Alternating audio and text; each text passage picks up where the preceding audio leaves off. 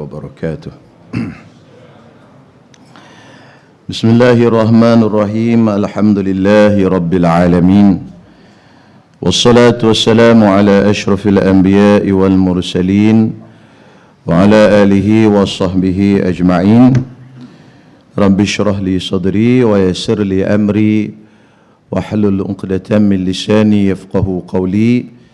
سبحانك لا علم لنا إلا ما علمتنا إنك أنت العليم الحكيم.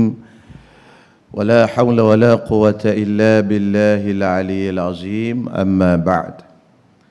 Alhamdulillah, syukur kehadrat Allah Subhanahu Wa Taala pada malam ni, malam yang ke-7 daripada malam bulan Ramadan 1443 Hijrah. Jadi sedar tak sedar kita dah malam yang ke-7. Jadi syukur kehadrat Allah Subhanahu Wa Taala pertama-tamanya kerana Allah Subhanahu Wa Taala benarkan dan izinkan kita untuk kita berada di dalam malam bulan Ramadan yang penuh berkat ini. Sebab anugerah Ramadan ini memang kita minta daripada awal bulan Rajab lagi kita dah doa, Allahumma barik lana fi Rajabin wa Sya'ban wa ballighna Ramadan. Ya Allah, berkatilah kami pada bulan Rajab dan bulan Sya'ban dan sampaikanlah kami ke bulan Ramadan. Alhamdulillah, Allah Ta'ala sampaikan kepada kita ke dalam bulan yang penuh berkat ini. Jadi kita kena syukur nikmat ini. Kerana dalam hidup seorang yang beragama Islam, tidak ada nikmat yang lebih besar berbanding nikmat boleh beribadat kepada Allah.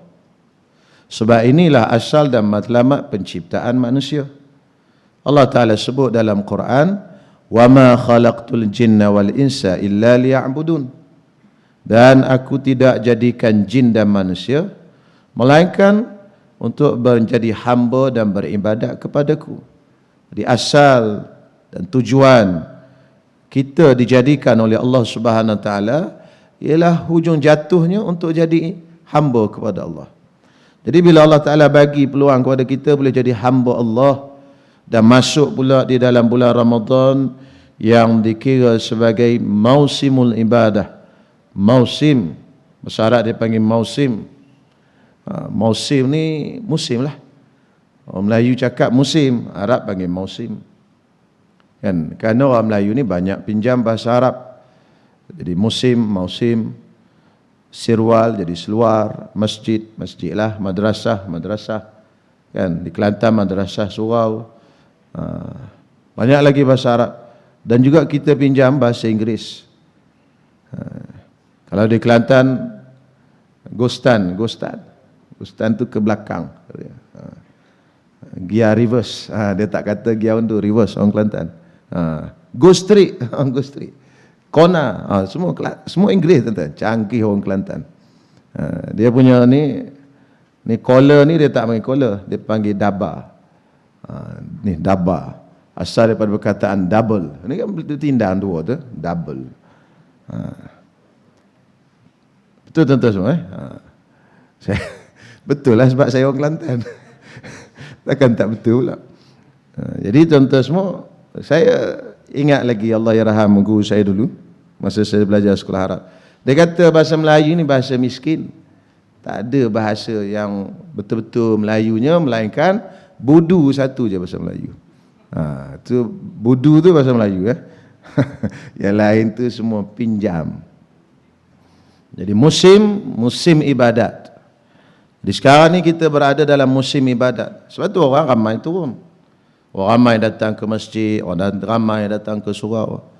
Jadi alhamdulillah lah kan. Jadi sekurang-kurangnya datang. Jadi yang kita kata lah surau Ramadan baru nak datang, bulan lain tak datang. Ialah dia musim ibadat. Sekurang-kurangnya datang juga bulan Ramadan. Daripada orang yang Ramadan pun tak tahu ke mana, tak Ramadan lagilah tak tahu ke mana. Jadi sekurang-kurangnya Allah Subhanahu Wa Taala pilih dalam bulan Ramadan ni untuk kita beribadat dan mendekatkan diri pada Allah Subhanahu Wa Taala. Bulan Ramadan ni juga kita kena sambut dengan istighfar dan nak minta ampun pada Allah. Sebab tuan-tuan semua, Kadang-kadang bulan Ramadan ni banyak dah ustaz ni datang berceramah pada kita. Kalau 30 malam di surau diniyah ni 30 ustaz biasanya. Dengan tajuk yang berbeza-beza. Ada yang cerita kelebihan doa, cerita kelebihan sedekah, cerita kelebihan baca Quran, cerita kelebihan tarawih, cerita kelebihan tu, kelebihan ni. Banyak dah kita dengar. Tapi banyak-banyak kita dengar tu kadang-kadang kemampuan kita untuk melakukan tu tidak ada. Tak ada kemampuan nak buat. Masa kita dengar tu semangat berkobar-kobar. Menyala-nyala apinya. Tetapi selepas daripada itu, mungkin kita pun jadi tak larat. Hilang himmah. Bahasa Arab panggil himmah.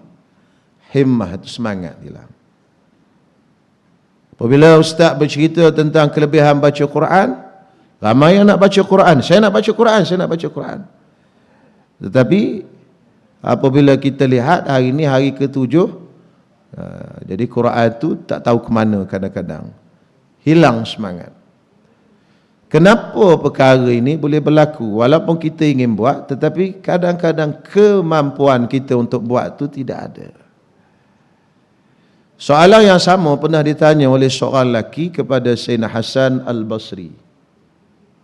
Kata dia, "Wahai Tuan Guru, aradtul barihata qiyamal lail wa lam astati'." Malam tadi saya nak bangun qiyamul lail. Tapi saya tak boleh nak bangun. Nak sangat bangun tapi tak boleh. Duk lagu tu lah tapi tak boleh nak bangun. Nak bangun tapi tak boleh nak bangun. Apa punca sebabnya? Lalu kata Sayyidina Hasan Basri, "Dhunubuka qayyadatka." Jadi Hasan Basri bagi jawapan yang pendek saja. Barangkali dosa kamu membelenggu kamu. Jadi barangkali kita masuk dalam bulan Ramadan, belum lagi kita bersihkan diri kita daripada dosa. Tuan-tuan semua, kita semua berdosa. Sebab kita bukan Rasul. Rasul saja sifatnya maksum. Tuan-tuan dan saya sendiri pun, bukan bererti saya bercakap di hadapan ni, tuan-tuan semua, saya terlepas daripada dosa. Ustaz tak ada dosa kot. Mana kita tahu tuan-tuan semua. Jadi tuan-tuan semua, kita tak lepas daripada dosa. Sebab kita adalah manusia biasa. Yang selamat, yang terpelihara daripada dosa ialah para Nabi dan Rasul alaihi wassalatu wassalam. Jadi sebab itu apabila kita nak istiqbal, kita nak masuk bulan Ramadan, walaupun sekarang ni kita dah masuk 7 hari dah, 7 malam dah malam ni, kita kena masuk dalam keadaan kita kena minta ampun pada Allah. Supaya Allah Ta'ala bersihkan kita daripada karat-karat dosa tadi. Supaya kita jadi ringan nak buat ibadat dan sebagainya. Sebab bila kita buat dosa, dia berkarat di hati kita. Allah Subhanahu Wa Taala sebut dalam Quran, bal rana ala qulubihim. Bahkan karat-karat itu melekat pada hati mereka. Jadi bila karat melekat pada hati, tuan-tuan semua, hati ni enjin utama kita. Enjin utama untuk bergerak melakukan ibadat ialah hati. Rohani itu hati. Bukannya fizikal kita. Kadang-kadang fizikal kuat, tapi tak mampu untuk buat. Kadang-kadang fizikal lemah, tapi mampu buat. Sebab rohaninya kuat. Jadi itu tuan-tuan semua. Dan waktu paling sesuai sekali untuk kita minta ampun kepada Allah Ta'ala ialah waktu sahur. Sahur dengan suhur ada beza. Sahur, waktu sebelum subuh. Suhur, ambil nasi, masuk ke mulut, itu dia panggil suhur. Tapi orang Melayu panggil sahur belaka. Makan sahur.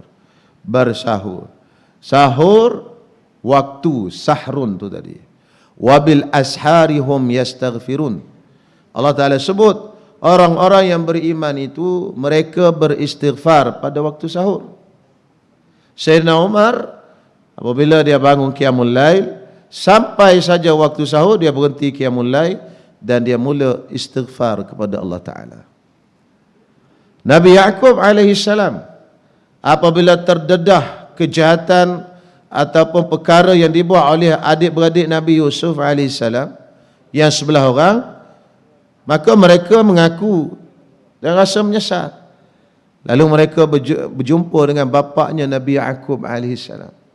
Wahai bapakku, tolonglah minta ampun untuk Allah Ta'ala bagi kami, supaya Allah Ta'ala ampunkan dosa-dosa kami. Kata Nabi Yaqub, tak apa, tunggulah waktu sahur nanti. Nanti waktu sahur nanti aku minta ampun pada Allah Ta'ala untuk kamu semua. Ulama kata kenapa Nabi Yaqub menunggu sampai waktu sahur? Kerana itulah waktu yang paling sesuai untuk kita beristighfar dan minta ampun pada Allah Subhanahu Wa Taala. Jadi tuan-tuan semua bangun sahur, makan sahur, jangan lupa sebut walaupun sekadar 3 kali Astaghfirullahalazim. Ringan je, sekejap je, Astaghfirullahalazim. Ya Allah, ampunkanlah dosa-dosaku. Jadi mudah-mudahan Allah Ta'ala ampunkan dosa kita di bulan Ramadan yang penuh berkat ini.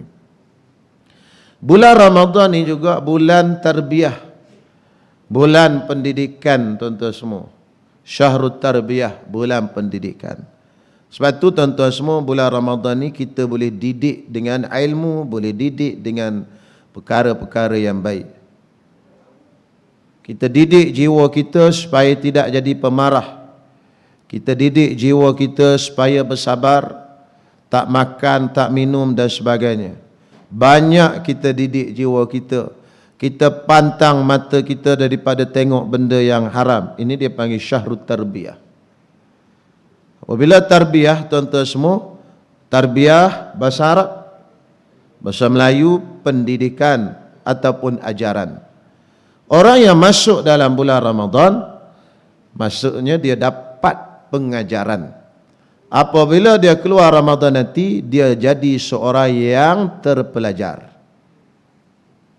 Kadang-kadang ada yang masuk bulan Ramadan, dia keluar bulan Ramadan, dia bukan jadi orang yang terpelajar, tetapi dia jadi orang yang kurang ajar.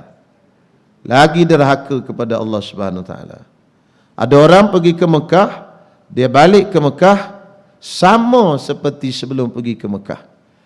Maksudnya tidak ada kesan pendidikan yang didapat dalam tempoh ihram, pantang larang.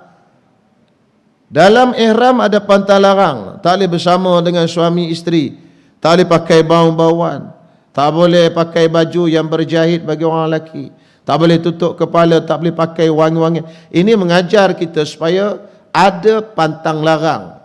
Kita kena berpantang, kena tahan diri kita. Itu pendidikan. Ramadan bersama, ni kena pantang, mata kena pantang, mulut kena pantang, telinga kena pantang. Jadi sepatutnya lepas Ramadan terpelajar dan terdidik. Lepas balik haji, balik umrah, terpelajar dan terdidik. Tetapi kadang-kadang tak jadi seperti itu. Kenapa tuan-tuan semua? Mungkin tak sempurna tarbiyah yang didapat dalam bulan Ramadan ataupun sebagainya, wallahu a'lam. Bulan Ramadan ini juga bulan ilmu. Sebab itu di surau kita, alhamdulillah, kita tiap-tiap tahun, qawi ke tak qawi, asal buka aja surau ada tazkirah. Sebab tuan-tuan semua penting sampaikan ilmu, kerana tuan-tuan semua syaitan amat suka orang jahil. Hari meninggalnya orang alim, syaitan begitu gembira. Karena itu ulama kata, siapa yang gembira pada hari meninggalnya orang alim, maka dia sebiji meniru perangai syaitan. Diriwayatkan satu asar daripada Ibnu Abbas. Iblis bawa anak-anaknya berjalan. Dia ada anak-anak dia. Sampai ke satu majlis, seorang abid, orang yang beribadat, sedang semayang banyak, tapi dia jahil. Jadi kata anak iblis, dia kata, ayah, ini majlis ni susah ni, majlis orang soleh betul ni. Kata bapa dia, tunggu dulu, nanti kita tengok.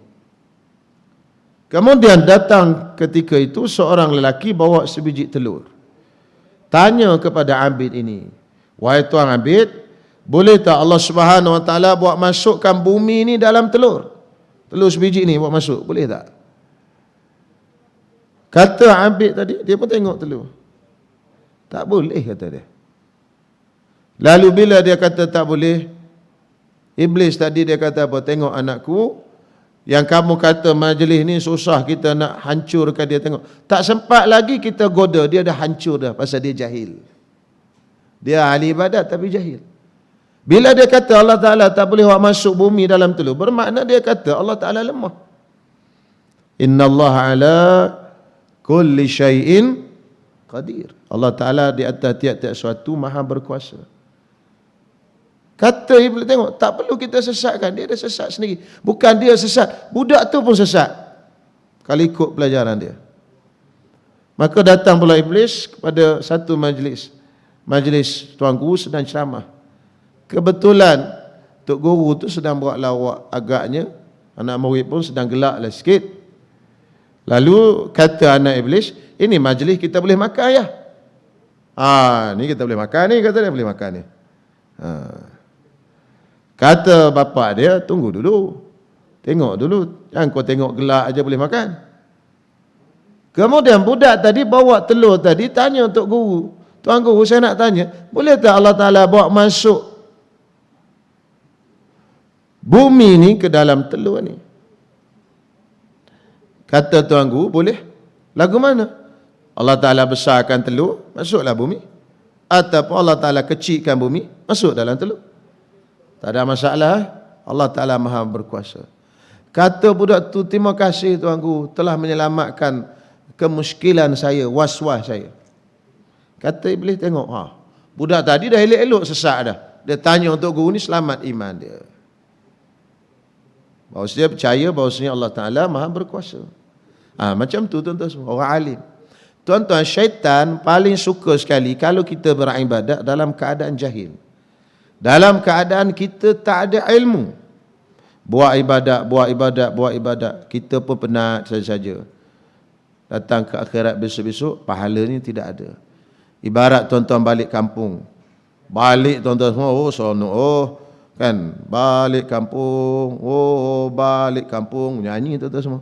Sampai kat kampung, beg tertinggal. Allah, baju raya tertinggal. Macam mana tu dia? Baju raya dah beli 4 pasang, kata dia. Dengan samping tertinggal, dengan botang tertinggal. Akhirnya pagi raya pakai baju pagoda. Itulah. Jadi tak ada apa.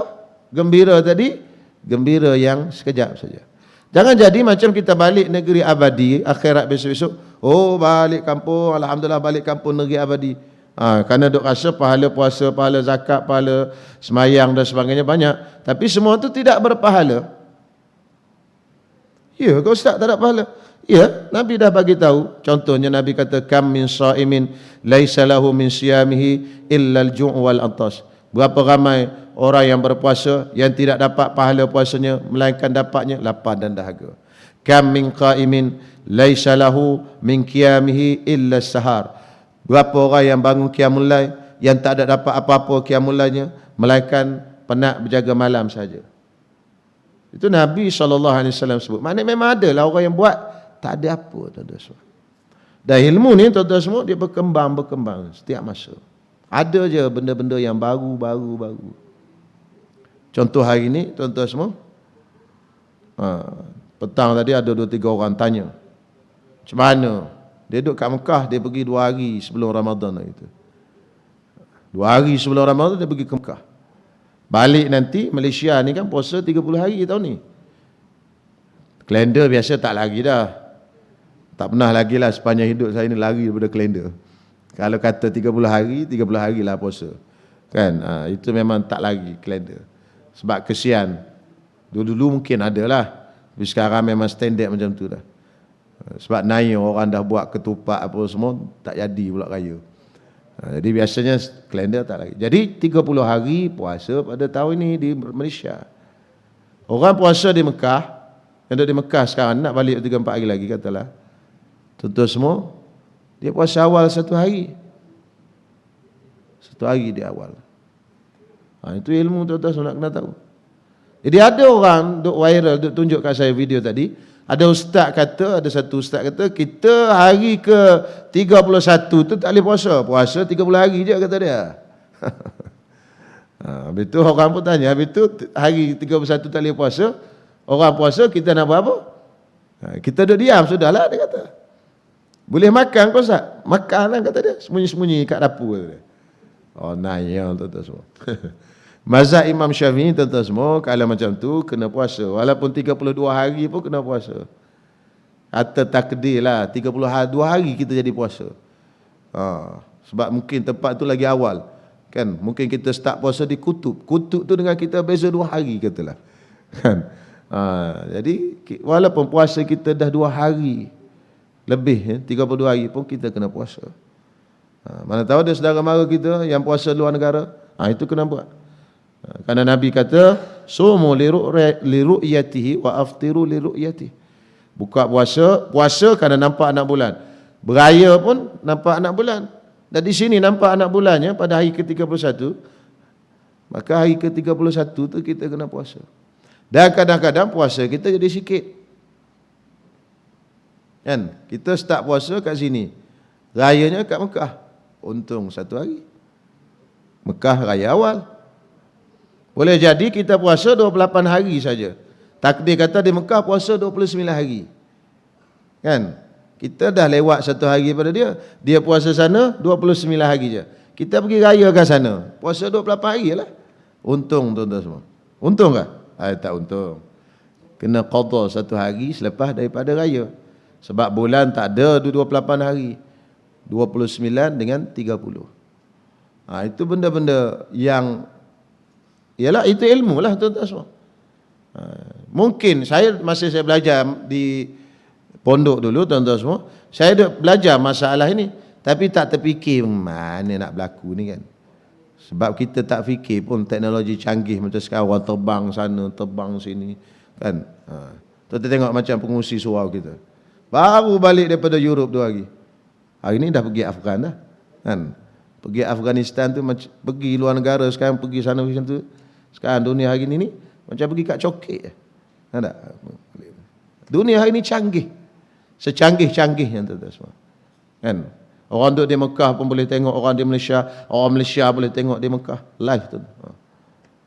Siapa terfikir? Agak-agaknya kata kawan saya, kalau hantuah hidup zaman ni terkejut dia. Dia ingat apa ni, sihir apa ilmu ni. Kan? Kalau dia ada zaman ni. Sebab apa? Sebab begitu canggihnya zaman ni. Jadi Ramadan bulan ilmu. Jadi tuan-tuan semua, kekalkan momentum kita. Mudah-mudahan Allah SWT beri kekuatan pada kita. Taubat pada Allah, teruskan ibadat dengan tazkirah, buat ibadat semampu mungkin. Mampu ikut kita lah tuan-tuan semua. Tak sama. Ibadat manusia ni tuan-tuan semua tak sama. Ada orang RTM, ada orang KSM. Kalau RTM ibadat dia mungkin panjang. Duduk di masjid, duduk di surau baca Quran. Orang KSM lain. Apa KSM RTM? RTM rehat tunggu mati. Dia rehat je. Dia dah pencing. Tak ada kerja apa tuan-tuan. Maka dia boleh baca Quran, boleh buat itu, boleh buat ini, banyak masa. Ada orang KSM kerja sampai mati. Kalau dia kerja sampai mati, tuan-tuan semua, dia kena kerja. Dia tak boleh berhenti. Dia tak ada pencen, tak ada apa. Maka dia kerja. Jadi orang yang kerja macam ni pun ibadat juga. Khalid bin Al-Walid, ibadat dia pedang. Tak pernah keluar, tak pernah berhenti daripada berperang. Abu Hurairah, ibadat dia, duduk dengan Nabi SAW, menerima hadis daripada Nabi. Sebab itu dia paling banyak sekali meriwayatkan hadis. Jadi tuan-tuan semua, manusia tak sama. Jadi mungkin orang ni yang banyak masa baca Quran boleh 5-6 juzuk 1 hari. Orang ni mungkin masanya sedikit. Buatlah ikut kadar. Yang dia buat tu insya-Allah ibadat juga. Jadi jangan kita banding-banding. Kau ni apa kata. Quran pun tak boleh habis 1 juzuk 1 hari. Apa? Aku dengar orang yang payah baca Quran ni orang munafik. Munafik dan kau ni kata dia. Oh, sedap betul dia bedar kat orang. Jadi orang bedar kat orang tu lah kadang-kadang kena kat dia sendiri tu. Jadi tuan-tuan semua, manusia tidak sama. Kullun ya'malu ala syakilati. Katakanlah manusia ini beribadat ataupun melakukan amalan mengikut kemampuan ataupun bentuk diri masing-masing. Jadi mudah-mudahan kita buat ikut kemampuan masing-masing. InsyaAllah Allah Ta'ala beri ganjarannya masing-masing mengikut kesesuaian dan tugas masing-masing. InsyaAllah. Wallahu alam. Aqulu qawli hadha astaghfirullahalazim. Assalamualaikum warahmatullahi wabarakatuh.